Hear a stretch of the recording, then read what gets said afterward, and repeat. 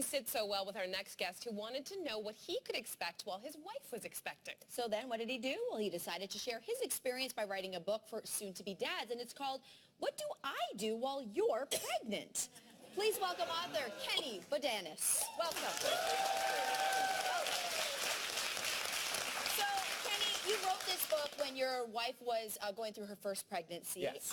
You know, a lot of men have been going through this for many, many times for years. So why decide then to write a book about your experience? Well, when my wife was pregnant with our first, I was working in an environment that was predominantly, our staff was predominantly women who were at various stages of having their first children and starting their first families. And well, I was going through that too.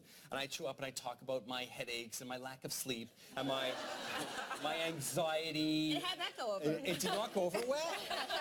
They looked at me and said, please, you're not the one pushing a watermelon through a pigeonhole. Oh. So I moved on and I went to the bookstores and I went to the parenting sections, and all that was available were books about men who can't change diapers, who are all thumbs, who don't know how to cook, and we're just the dumb dads. And I said, enough is enough. It's 2015. Let's talk. So, as a result of the research and writing this book, what do you think is the #1 thing that, when it comes to being a new parent, that dads aren't talking about? They're afraid to talk about their anxieties. They're afraid to talk about that they're scared that they're going to be responsible for life forever. What if I'm not a good dad? What if I lose my job?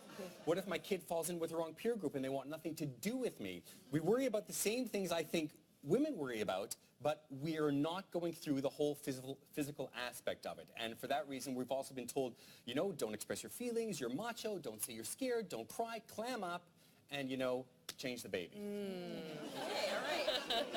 I'm getting kind of on board, but I'm going to be honest with you. When I first heard about this book, as a mother of twins, I'm like, what? Pregnancy? It's about the women, not the men. You know, we're the ones that have to go through it. So Yes. I'm wondering what the reaction was from other women around you in your life when they heard you were writing this book. Well, the book was first titled Men Get Pregnant Too, which... No.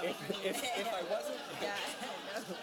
I don't blame you. That was a working title. It was a working title, yeah. exactly. Yeah. And if I wasn't there to sort of explain the metaphor behind it, women would understandably look at it and go, no, you don't, and chuck it down.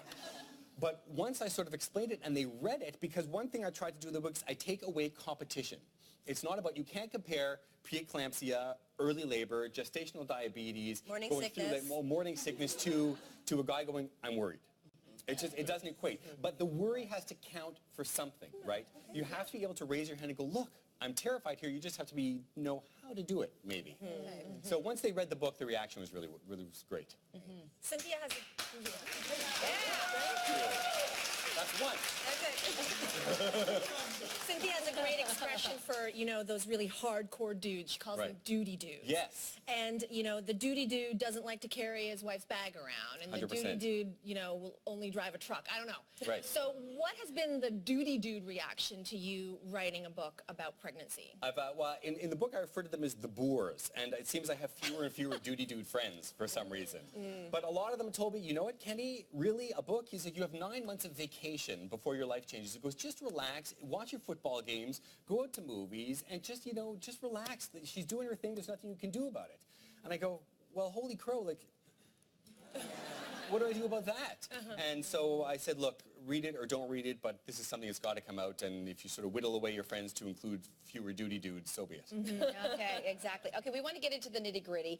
So we know that we are the ones going through the pregnancy, but of course, because as my husband would remind me all the time, he's like, I had a part in this too. So sure. Which I respect, but of course, there's the really specific things. For example, I was around a couple a lot that she was pregnant, but husband had a lot to say about what she was eating. Right. And would make comments about it. Right. Because he said, it's my child too, was the default response. Right. So when it comes to that, What was she eating? It wasn't anything, bad necessarily, but maybe, you know, late-stage pregnancy, let's say there's a woman who wants to have a half a glass of wine. Okay, all right. You know, like there are some things where, is there a place for a man to then say something to his wife? It's an interesting question. The short answer is not really. Yeah. Not really that he can't say anything. Exactly. Okay.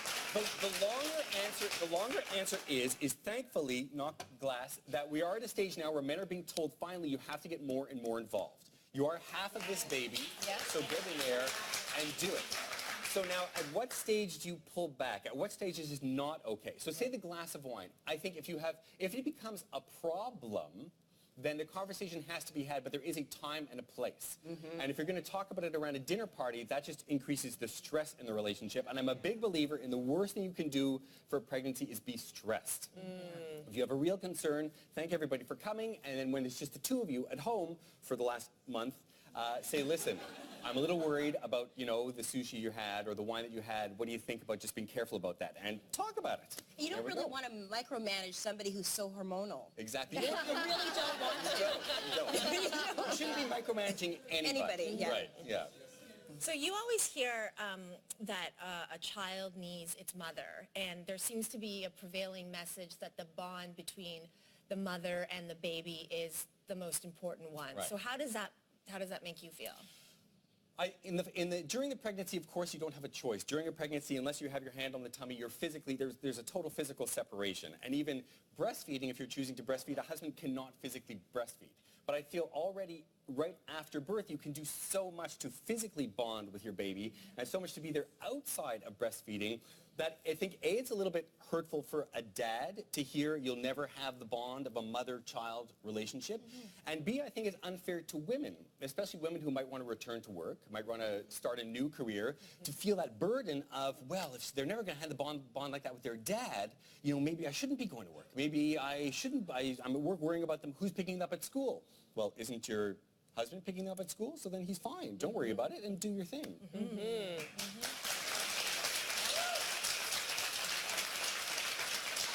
You got me. You got me. Yeah, I'm a convert. Okay, you write in this book about your son's baby shower. Yes. And you talk about the fact that men need to be involved with the baby shower. Right. Why is that? Well, because you're half of the baby, right? I think the baby shower is a celebration of a couple bringing and being responsible for a life in the new world. Not and about I think, the mom? I think it's about both of you, Okay, right? right. What are you unpacking? You're unpacking diapers that you're going to change. You're unpacking onesies that you're going to change the kid into and be washing. You're unpacking dishes, the food that you're going to be cooking on. None of this is exclusive to a mom.